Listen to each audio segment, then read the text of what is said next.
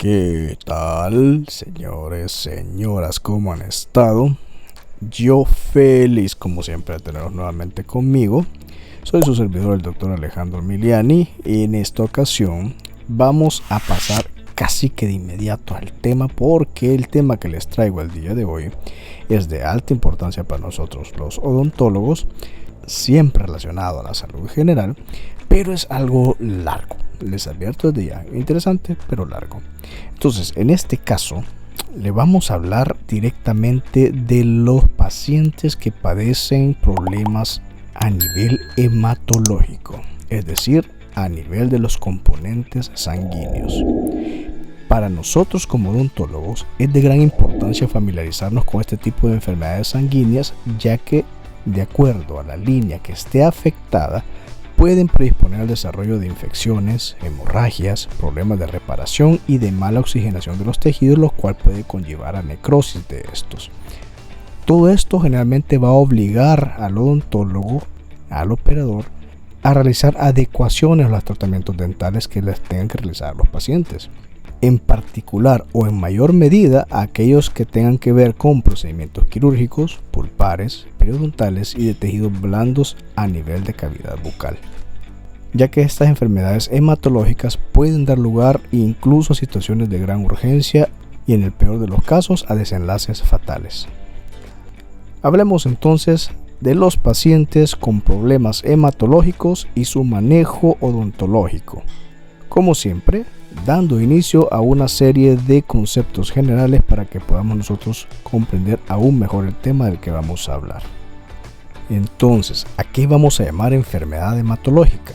Son aquellas que afectan a la producción de la sangre y sus componentes, los cuales son glóbulos rojos, glóbulos blancos, la hemoglobina, las proteínas plasmáticas, el mecanismo de coagulación, es decir, lo que conocemos como factores de la hemostasia, y otros compuestos que forman la mezcla hematológica que nosotros conocemos como sangre o componente sanguíneo.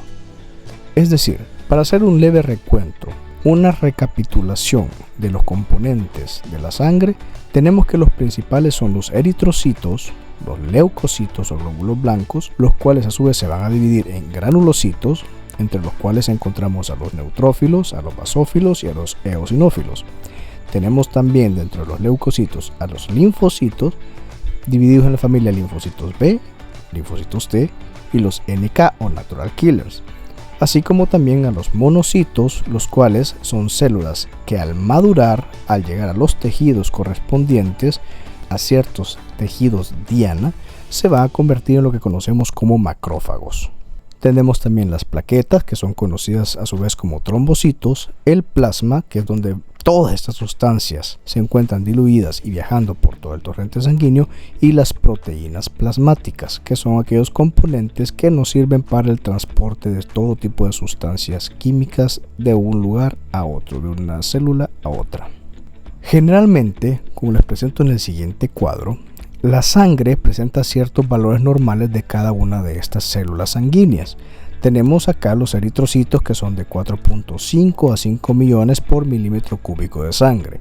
Los leucocitos van de 6.000 a 10.000 por cada milímetro cúbico de sangre. Y podemos observar que los polimorfos nucleares, los cuales conforman a la familia de los neutrófilos, basófilos y eosinófilos, van a estar divididos en cuestión de porcentajes. Los neutrófilos de un 43 a un 77% dentro de todo el componente sanguíneo, los basófilos del 1 al 4% y los eosinófilos del 0 al 2%, siendo así los neutrófilos los que se presentan en mayor concentración, es decir, de 3.000 a 7.000 unidades por milímetro cúbico de sangre, los basófilos de 0 a 300, los eosinófilos de 0 a 100 por cada milímetro cúbico de sangre.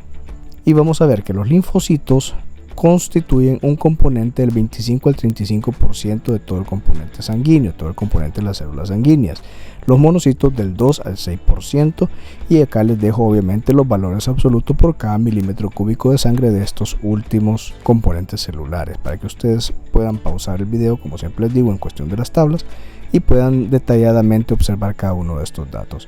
Por último tenemos las plaquetas, las cuales en su valor normal estarían presentes de 150.000 a 450.000 por cada milímetro cúbico de sangre.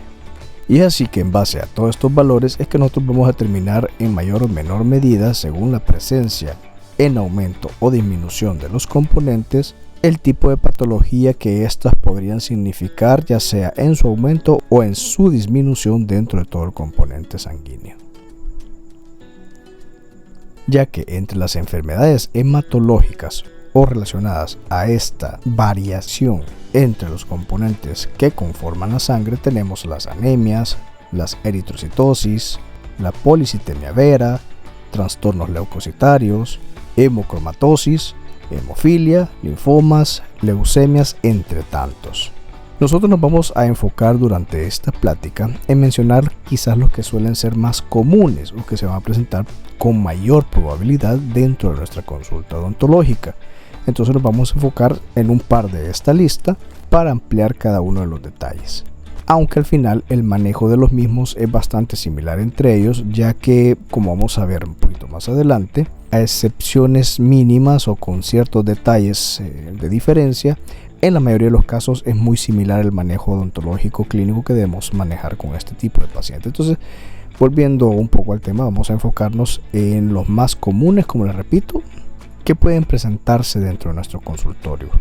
Porque debemos tomar en cuenta, como dijimos a un principio de la plática, que entre las complicaciones que puede presentar un paciente con compromiso hematológico tenemos las infecciones, las hemorragias, los problemas de reparación de los tejidos, es decir, que cuesta que los tejidos sanen adecuadamente, porque incluso hay una mala oxigenación a nivel tisular que tenemos que tomar en cuenta nosotros para decidir llevar a cabo o no un procedimiento clínico.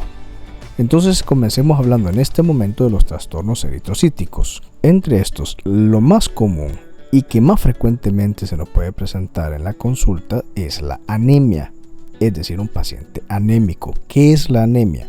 Es una afección en la que el número de glóbulos rojos o la concentración de hemoglobina dentro de los mismos es menor de lo que mostramos en las tablas anteriores, es decir, tiene un valor alterado. ¿Y cómo se clasifican las anemias? Las anemias las vamos a clasificar de diferentes maneras. Las más comunes es según su fisiopatología y su morfología. Según su fisiopatología, vamos a dividirlas en función del índice de reticulocitos y van a ser centrales o periféricas.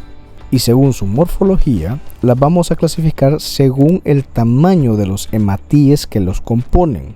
Y es así como vamos a tener unas anemias microcíticas, otras normocíticas y otras macrocíticas. Ya si nos vamos a una forma más detallada de clasificarlos, les presento en este cuadro otro tipo de clasificación que se puede realizar ante una situación de anemia, en las cuales pueden estar involucradas aceleración de la pérdida de los eritrocitos, el aumento en la destrucción de los mismos, así como la alteración o disminución en la producción de los eritrocitos, la cual puede estar dividida ya sea en anemias nutricionales o inhibición de la médula ósea. Vuelvo y repito, les dejo por acá este cuadro para que puedan hacer ustedes una pausa y poder detalladamente observar o conocer cada una de estas clasificaciones en relación a las anemias que puedan presentársenos a nivel médico odontológico. No me voy a detener mucho en cada uno de los detalles para poder ir avanzando poco a poco y hacerlo un poquito más rápido y más fluido este tema. Pero sí, de verdad les repito y los invito a que puedan poner pausa en cada uno de los cuadros que les voy a presentar a continuación para que ustedes puedan dar una lectura un poco más detallada a cada uno de estos diagramas. También podemos clasificarnos según nos lo presenta la OMS y acá les dejo un cuadro. Puede ser grado 1, grado 2, grado 3 y grado 4 dependiendo el nivel de disminución de células eritrocíticas que el paciente presente a través del torrente sanguíneo. Y como pueden ver, dependiendo los valores, el grado 1 y el grado 2 son entre leve y moderadas este tipo de anemia, y el grado 3 y el grado 4 ya son de alta severidad, son de alta gravedad según lo que la Organización Mundial de la Salud nos está presentando. Pero como lo repito, generalmente la clasificación del cuadro anterior es mucho más válida o más conocida a la hora del diagnóstico de este tipo de patologías. Y entre otros componentes que nos pueden dar la pauta del nivel de gravedad que tiene el paciente anémico, vamos a encontrar estos componentes dentro de un examen de laboratorio general de conteo de estas células. Tenemos el volumen corpuscular medio o VCM, la hemoglobina corpuscular media o HCM, así como también la concentración media de hemoglobina corpuscular, CMHC. Estos son los valores que nos van a presentar dentro de un examen de laboratorio. Ahora, ¿qué significa el volumen corpuscular medio? Este va a indicar el volumen medio de los eritrocitos, es decir, el tamaño de los hematíes que los componen. La hemoglobina corpuscular media va a expresar la cantidad media de hemoglobina que contiene cada uno de estos eritrocitos, así como la concentración media de hemoglobina corpuscular es un dato que corresponde a la cantidad de hemoglobina contenida en un eritrocito en porción del tamaño del glóbulo rojo. Quise hacer una leve introducción con estos detalles o con estos conceptos debido a que les voy a presentar ahorita otro cuadro más en el cual nos muestran los elementos diversos que componen la biometría hemática, ante los cuales nosotros vamos a recibir la respuesta del laboratorio y debemos saber interpretar las cantidades que ahí se nos muestran. Entonces, con el mismo objetivo que les mencioné anteriormente, les comparto yo aquí el cuadro para que ustedes lo puedan pausar. Y lo que van a ver es la discrepancia entre los valores normales, ya sea entre hombres y mujeres, y las cantidades que se consideran ya una señal de que el paciente pueda padecer de anemia. Entonces, pónganle pausa, lean cada uno de los detalles y continuemos con el siguiente punto, que en este caso serían las manifestaciones clínicas de la anemia. Entre los signos y síntomas que vamos a encontrar nosotros, van a haber varios que van a ser bastante generales y otros que van a ser un poco más específicos. Entre ellos vamos a tener la palidez de las mucosas, problemas gastrointestinales, sintomatología general, que siempre estamos hablando de la disnea, fatiga muscular, hiporexia, disgeusia, entre otros. Vamos a tener también manifestaciones cardiorrespiratorias como taquicardia o insuficiencia cardíaca en el peor de los casos, así como manifestaciones neurológicas que incluyen la cefalea, el vértigo, la parestesia y las alteraciones de sensibilidad. Pueden haber uno o varios síntomas y signos de los que les he mencionado ahorita involucrados en un diagnóstico de anemia, pero siempre la biometría hemática es la que nos va a dar al final la herramienta más precisa para poder diagnosticar estos cuadros. ¿Cuál sería el manejo médico de la anemia? Generalmente los médicos manejan este tipo de cuadros por medio de una compensación nutricional con el paciente, ya sea esta por vía oral o vía parenteral, dependiendo de la necesidad de cada uno de los escenarios. La administración de eritropoyetina en pacientes anémicos por alteraciones sistémicas, es decir, pacientes con compromisos nefróticos crónicos, pacientes bajo quimioterapia o pacientes que presentan VIH. Incluso en algunos casos se puede evaluar hasta el hecho de hacer una esplenectomía en aquellos casos de anemia hemolíticas. En caso de anemias agudas se valoriza el hecho de hacer una transfusión de sangre. Podemos hablar incluso de trasplantes de médula ósea en aquellos pacientes con anemias hemolíticas de tipo genético, así como también administración de fármacos quelantes de hierro en pacientes que reciben transfusiones constantes. En el caso nuestro como odontólogos, lo que podemos observar en un paciente con síntomas o signos de anemia es una resequedad en la mucosa labial, lo cual nos va a llevar a un caso de queilitis angular probablemente. Vamos a observar petequias a nivel de la mucosa, sangrado gingival o gingivorragias, mucosa pálida y un aumento en las lesiones cariosas por la misma xerostomía que presenta el paciente, por esa resequedad a nivel de los labios y mucosa bucal. Lo mismo nos puede llevar a un cuadro de candidiasis eritematosa, glositis, herpes simple, crecimiento gingival o hiperplasia gingival, púrpuras, equimosis y úlceras aftosas constantes, lo cual pues obviamente es de decir que es de mucha molestia para nuestros pacientes. Y es por eso que a nivel odontológico debemos de tener las siguientes consideraciones a tomar en cuenta cuando se presenta este tipo de pacientes. Realizar una anamnesis minuciosa para ver cada uno de los puntos que hemos tratado anteriormente y poder así tomar una buena decisión al momento de realizar o no un tratamiento dental. Si decidimos irnos por la vía práctica y realizar procedimientos bucodentales, entonces debemos tener una interconsulta médica constante, hacerle saber al médico cuál es el procedimiento, cuáles son los fármacos que vamos a utilizar y cuáles son cada uno de los pasos a utilizar durante estos procedimientos para que él también nos pueda aconsejar o guiar de la mejor manera para poder atender bien a estos pacientes. Y debemos valorar el postergar citas y tratamientos paliativos en los casos de anemias que no han sido diagnosticadas adecuadamente. Hay que evitar también tratamientos quirúrgicos muy invasivos si no estamos seguros que ese paciente ya está bajo una situación un poco más estable en estos cuadros anémicos. Debemos tratar de evitar los tratamientos que lleven anestesia general, ya que recordemos que estos pacientes suelen tener un transporte de oxígeno bastante alterado, es decir, que podemos generar nosotros algún tipo de hipoxia si nos vamos por esta opción de tratamientos con anestesia general. Entonces hay que tomar en cuenta que estos están totalmente contraindicados. Hay que realizar citas cortas y matutinas. En aquellos casos de anemia aplásica se debe recomendar profilaxis antimicrobiana, de la cual ya hemos hablado anteriormente en otra de nuestras sesiones. Les voy a dar por acá una tarjeta también para que puedan acceder a ese tema en específico. Y el manejo farmacológico en el caso de aquellas lesiones de tejidos blandos. Ya dejando un poco atrás la parte de la anemia, que repito, debe ser la enfermedad probablemente o el cuadro en realidad que mayor frecuencia nos puede presentar un paciente dentro de nuestro consultorio, dentro de la consulta odontológica, hablemos de otros trastornos eritrocíticos que de igual manera no son quizás tan comunes como lo anterior, pero pueden llegarse a presentar. Entre ellos tenemos la eritrocitosis y la policitemia vera. La eritrocitosis se define así al incremento de la cantidad de eritrocitos circulantes, al contrario del tema anterior, al contrario del tema de las anemias. Y la policitemia vera es aquella enfermedad en la cual se observa un aumento en la masa global corporal de hematíes dentro de la sangre. Las manifestaciones clínicas que pueden presentar ambas en nuestros pacientes, vamos a tener que pueden presentar prurito generalizado, trombosis en sitios inusuales, esplenomegalia y eritromelalgia, dolor de cabeza constante, visión borrosa, vértigo, trastornos auditivos, dificultad para respirar, letargo, dolor dorsal, hemorragias a nivel de membrana mucosa o a nivel del tubo digestivo, y en los casos más graves incluso puede llegar hasta una insuficiencia cardíaca.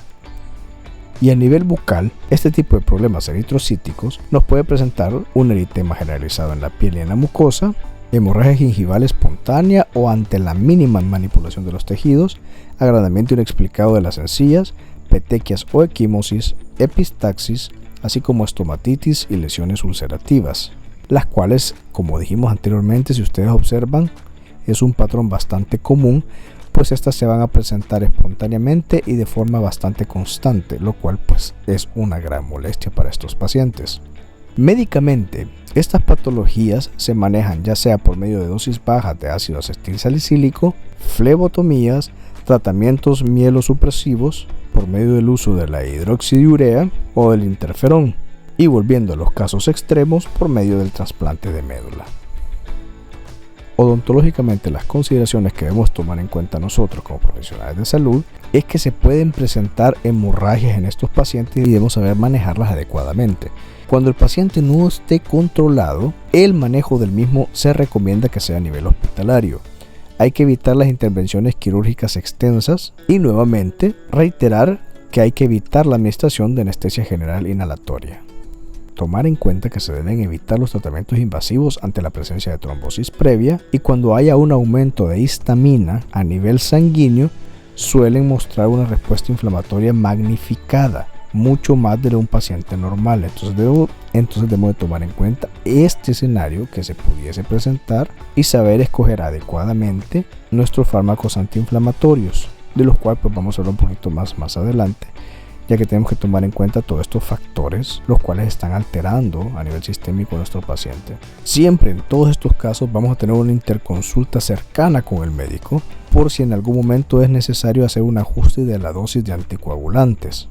Y si no estamos seguros del estadio o de la gravedad del caso del paciente, debemos tomar en cuenta que es preferible hacer una prescripción farmacológica en caso de urgencias médicas y planificar adecuadamente y de forma selectiva los casos en los cuales vamos a intervenir a nivel operatorio.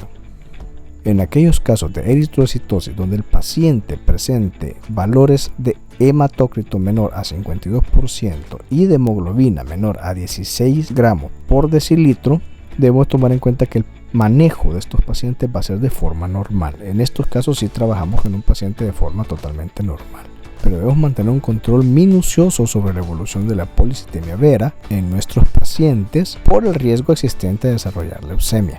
Y siempre, señores y señoras, siempre recomendar realizar estudios complementarios, que en este caso, vuelvo a repetir, nuestra herramienta de mayor apoyo, de mayor precisión, va a ser siempre la biométrica hemática.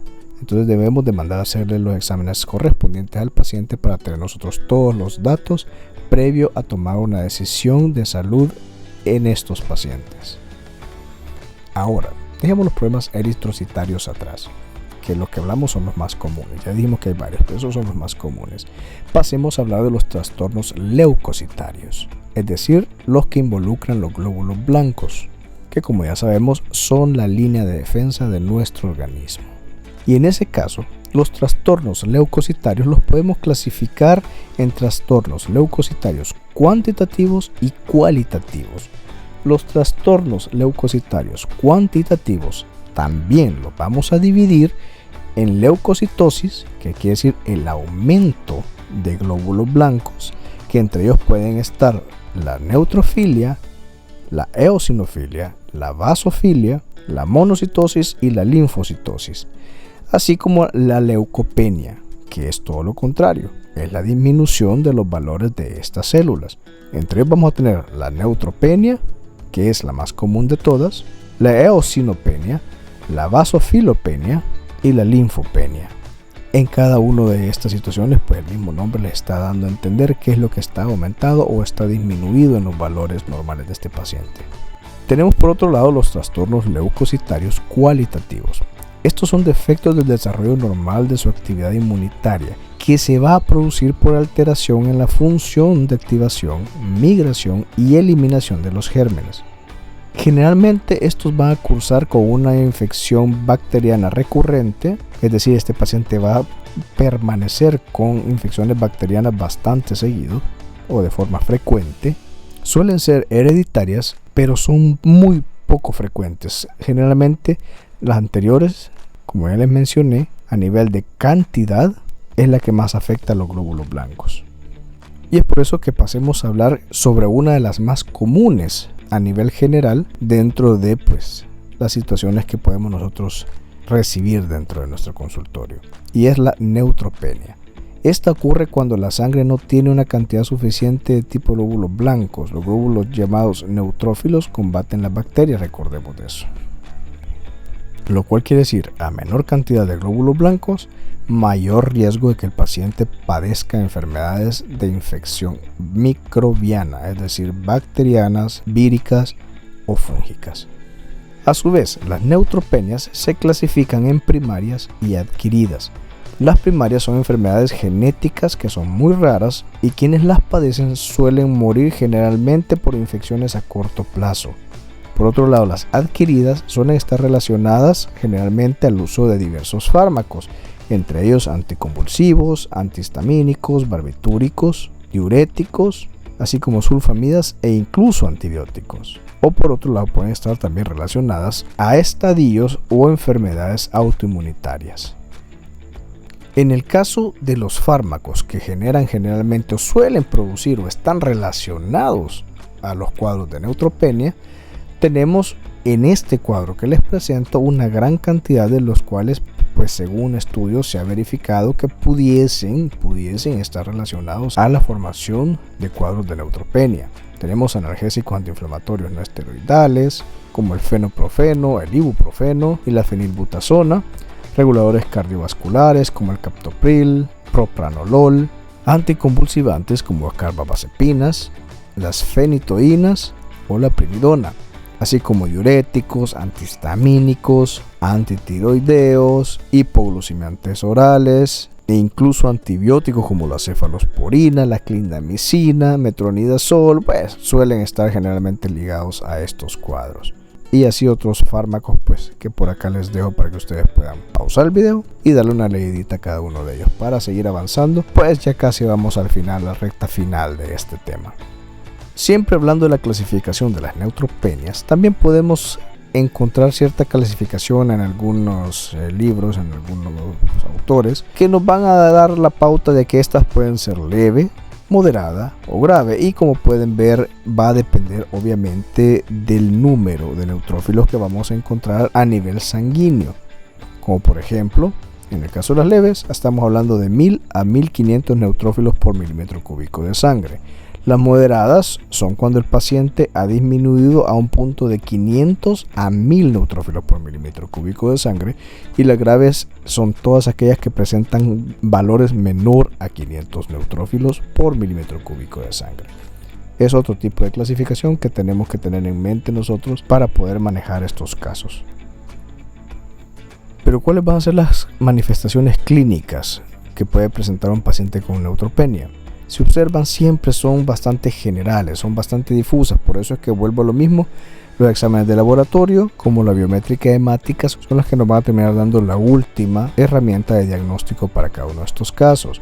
Porque si ustedes observan, este paciente también va a presentar fiebre más arriba de los 38 grados, escalofríos o sudoración, dolor de garganta, dolor abdominal, dolor cerca del ano, dolor o ardor al orinar, o un aumento de la micción, es decir, el paciente va a ir bastante seguido a orinar, diarreas acompañadas de llagas alrededor de lo que es la región perianal, tos y dificultad para respirar. ¿Cómo va a manejar el médico esta situación?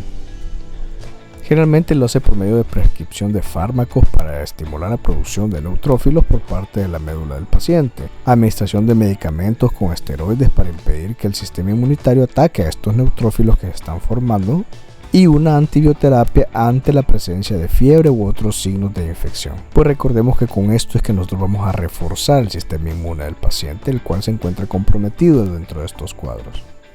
Y a nivel bucal, la parte que nos corresponde a nosotros poner mucha atención es que estos pacientes presentan formación de procesos infecciosos nuevamente bastante seguidos, úlceras pseudoaftosas, periodontitis, estomatitis herpética, quelitis eczematosas, lesiones cutáneas, y puede presentar datos de trombocitopenia cuando el origen de esta neutropenia está relacionado a fármacos que reciben los pacientes que están bajo quimioterapia. Por lo que nosotros tenemos que tomar en cuenta las siguientes consideraciones clínicas. Hay que identificar el padecimiento, así como los signos y síntomas del mismo, y hacer la diferenciación de cualquier otra patología relacionada al componente celular sanguíneo. Realizar las interconsultas adecuadas con el hematólogo y saber identificar con anterioridad, de forma prematura, los problemas que sean potenciales complicaciones para este tipo de pacientes y que se puedan presentar ya sea previo, durante o después de cualquier tratamiento.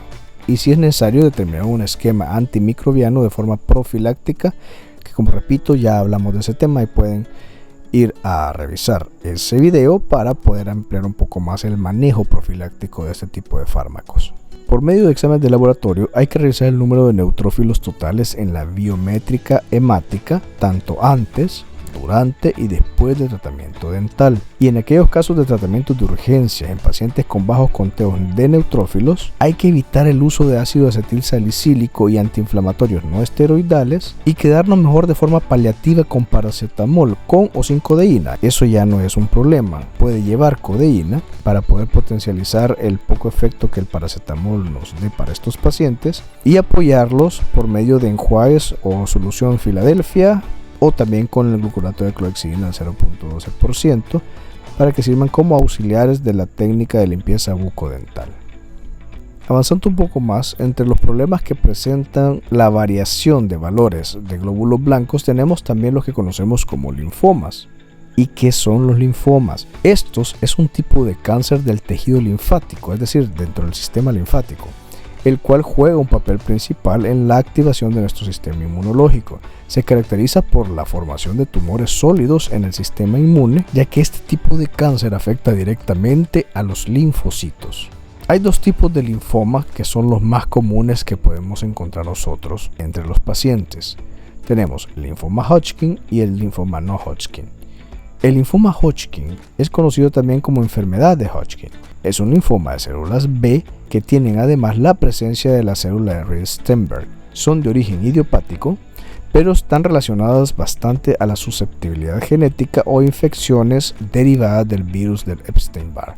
Por otro lado tenemos el linfoma no Hodgkin, que son neoplasias igualmente sólidas del sistema inmunitario, pero estas suelen ser más comunes que las anteriores y están relacionadas a infecciones virales y bacterianas de evolución más amplia, siempre incluida la infección por medio de virus Epstein-Barr, herpes virus tipo 8, virus de la hepatitis C, así como bacterias de la familia de los Helicobacter pylori y la clamidia. Entre las manifestaciones clínicas del linfoma Hodgkin tenemos el aumento del volumen indoloro de los ganglios cervicales, axiales y mediastínicos, y ya con menor frecuencia abajo de la parte del diafragma. Pérdida de peso, fiebre persistente, sudoración nocturna, prurito generalizado, y pueden estar acompañadas de anemia y pancitopenia. Por otro lado, las manifestaciones clínicas del linfoma no Hodgkin, tenemos que el paciente puede presentar agrandamientos ganglionares axiales cervicales o a nivel inguinal, dolor de tórax, compresión abdominal y de la médula espinal, fiebre, sudoración nocturna, debilidad y fatiga, anemia y trombocitopenia. Nuevamente podemos observar que hay una alta tendencia a las infecciones y ya en casos avanzados puede incluso mostrar manifestaciones de síndromes paraneoplásicos. El tratamiento en estos casos es un poco más limitado. A nivel médico es siempre recomendable la toma de biopsia y de estudios de inmunohistoquímica, radio y quimioterapia, así como trasplante de células madres.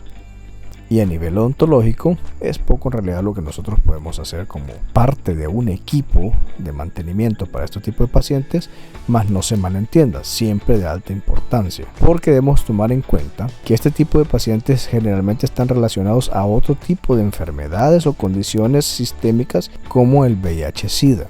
Son pacientes susceptibles a presentar hemorragias e infecciones, y en aquellos pacientes que aparte presenten un compromiso hepático o renal, nos va a limitar para que las urgencias dentales sean manejadas bajo un entorno hospitalario y bajo la supervisión del médico. A su vez debemos de mantener un estricto control de la placa bacteriana y la eliminación de focos infecciosos por el alto riesgo de complicaciones que estos pacientes pueden presentar, consideraciones farmacológicas en pacientes con trasplante de médula, manejo antimicrobiano profiláctico, de ser necesario toma de biopsia en los tejidos que estén bajo sospecha de desarrollar algún tipo de neoplasia y siempre el estudio de biométrica hemática. Y para ir terminando, hablemos de otro cuadro que son los cuadros de leucemias. ¿Qué es la leucemia? Es un tipo de cáncer de la sangre o de la médula ósea, ya que ésta produce células sanguíneas o glóbulos, y la leucemia puede desarrollarse debido a un problema con la producción de este tipo de células, que en lo general se van a ver afectados los leucocitos o glóbulos blancos. Las leucemias se pueden dividir también en dos tipos, agudas y crónicas. Las agudas se originan de la transformación maligna temprana de las células precursoras de los leucocitos, lo que da lugar a la leucemia amiloide aguda, o también conocida como granulocítica, o también a otro tipo de leucemia conocida como linfoblástica aguda.